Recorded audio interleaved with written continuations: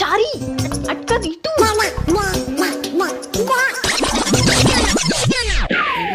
ఎక్కడ కనపడదా? ఇక్కడే ఉందా?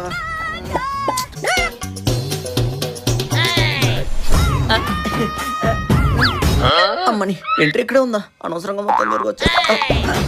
హాయ్ ఖుషి. ఏంటి ఖుషి, ఫస్ట్ తారీఖు శాలరీ పడిందా? పార్టీ ఇస్తావా?